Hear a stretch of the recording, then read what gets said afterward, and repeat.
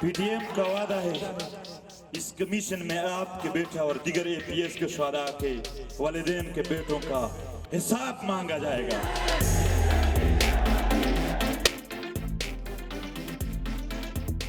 The recent Pashtun Long March to protest the extra-judicial killing of 27-year-old model Naqeebullah Mehsud has garnered a lot of international attention due to the lack of attention it received from the Pakistani media. आपके बेटे को APS में शहीद कर दिया गया। Reports put the number of people marching against the extrajudicial killings at over 5,000.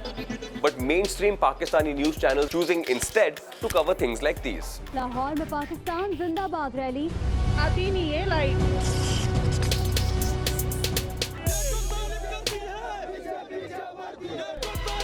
According to protesters, hundreds, if not thousands of Pashtuns have been killed by security forces in Pakistani cities and in their home provinces of Khyber Pakhtunkhwa and the federally administered tribal areas.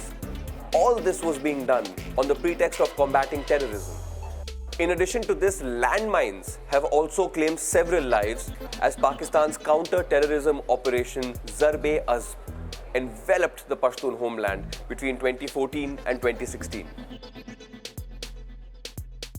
The longer history of Pakistan's uneasy relationship with the Pashtun community dates back to the post-9/11 reversal of Pakistan's state policy on the Taliban and Taliban sympathizers operating in Pakistan's frontier areas. The very elements that the Pakistani security establishment had propped up had now turned into state enemies. This war culminated in Operation Zarb-e-Azb 13 years later. Till date, ethnic Pashtuns are being picked up by Pakistani authorities all over the country. The brother of this man was picked up in the capital. मेरा भाई उमर अब्दुल अजीज वल्द गुल नबी 17 फरवरी 2017 को Islamabad G15 से लापता हो गया है। अभी तक 1 साल 4 महीने हो गए, हमारे अपने भाई के साथ कोई राब्ता नहीं हुआ है। अभी तक हमें ये पता नहीं है कि वो जिंदा है या मुर्दा है। So since the Long March found itself on the wrong side of the Pakistani security establishment, it received little to no media coverage. The security apparatus has long been a no-go area for Pakistani journalists and media houses. They choose to self-censor rather than irk the security establishment, particularly its most dreaded member, the ISI.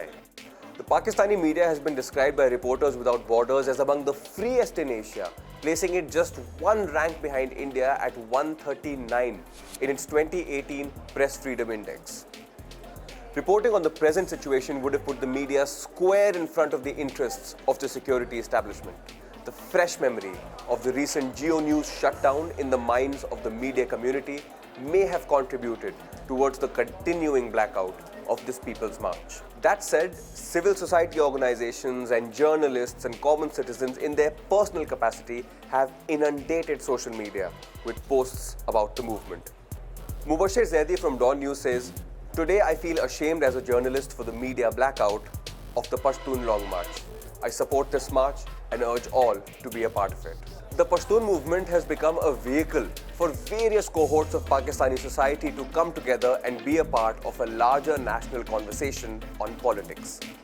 For example, this interesting Facebook group called Girls at Dhabas, a group that describes itself as Desi feminists and women defining public spaces, have also engaged with the movement and urged people to be on the right side of history.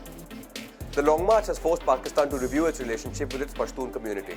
Self-censorship by the media has also shown the willingness of civil society to fill the information gaps in the knowledge of the public. We should know, because where else has civil society done the heavy lifting?